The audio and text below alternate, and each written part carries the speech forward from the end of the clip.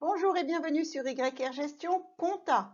Aujourd'hui, concernant le marketing, je vous parle du cycle de vie d'un produit. En introduction, le cycle de vie d'un produit regroupe l'ensemble des phases par lesquelles passe généralement un produit, de sa mise sur le marché à l'arrêt de sa production. La courbe de cycle de vie est un outil d'analyse des ventes d'un produit sur un marché. Il permet aux entreprises d'anticiper une baisse de marché ou de repositionner leur offre. Ce concept nous vient de Theodore Levitt au cours des années 60. Voici le schéma du cycle de vie d'un produit. Je vous le décris tout de suite. Tout d'abord, vous avez une phase de lancement. L'entreprise vient déjà de supporter de fortes dépenses en R&D et les dépenses sont de plus en plus élevées sous forme d'investissements lourds dans les capacités de production et dans la communication. Le marché apparaît, les ventes sont pour l'instant assez faibles et le nouveau produit n'est pas encore rentable, il est financé par vos autres activités. Donc en résumé, phase de lancement, ce sont des ventes faibles, peu de bénéfices, plus généralement des pertes financières et peu de clients. Ensuite arrive la phase de croissance, c'est-à-dire que les ventes progressent, elles attirent de nouveaux concurrents aussi. L'entreprise continue de développer ses capacités de production ainsi que son réseau de distribution. On assiste souvent en même temps au développement de la gamme produit selon la segmentation du marché, c'est-à-dire que la stratégie de différenciation prédomine.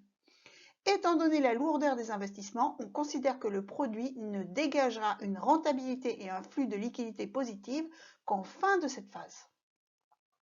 En résumé, en phase croissance, vous avez donc une forte croissance des ventes et du nombre de clients, un début de captation de clients récurrents, une pénétration commerciale rapide, une augmentation des profits et une concurrence qui s'affirme. Passons à la phase de maturité. C'est la phase la plus importante dans la vie des produits et des services car elle permet de dégager une rentabilité et un flux net de trésorerie positif. L'essentiel des investissements est effectué.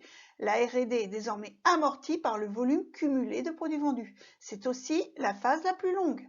Enfin, c'est le moment où l'entreprise doit affronter les pressions concurrentielles les plus fortes. En résumé, en phase de maturité, vous avez des ventes et un profit au maximum, un ralentissement de la croissance et une concurrence intense. Enfin, vous avez la phase de déclin. Votre marché se rétrécit. Seuls les concurrents les plus compétitifs, par la différenciation ou la domination par les coûts, résistent. Les offreurs se désengagent et rationalisent leur gamme par un élagage. Il s'agit d'accompagner le produit le plus longtemps possible, mais en diminuant les coûts au maximum. Ainsi, dans la phase de déclin, vous avez une baisse des ventes et des profits, des clients de moins en moins nombreux et une rentabilité en baisse, des charges fixes qui restent importantes. En conclusion, cet outil sert plusieurs enjeux marketing et commerciaux de l'entreprise.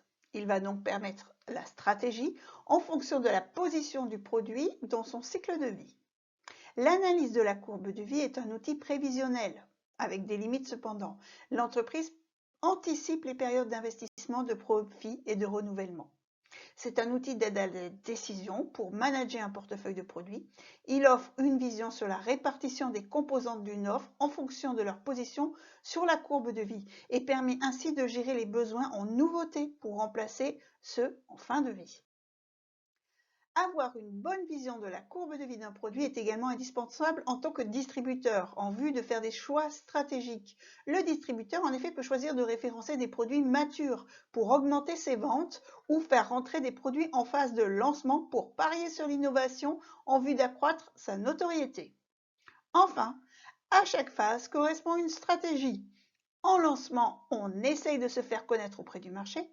En croissance, on développe les volumes au maximum. En maturité, on devient rentable et en déclin, on prépare son retrait de la gamme. Le saviez-vous?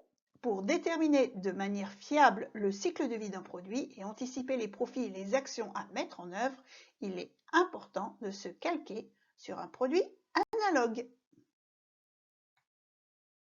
Voilà, si vous avez aimé cette présentation, merci de liker, de partager, de vous abonner. Vos commentaires sont toujours les bienvenus et à très bientôt sur yrgestion.fr.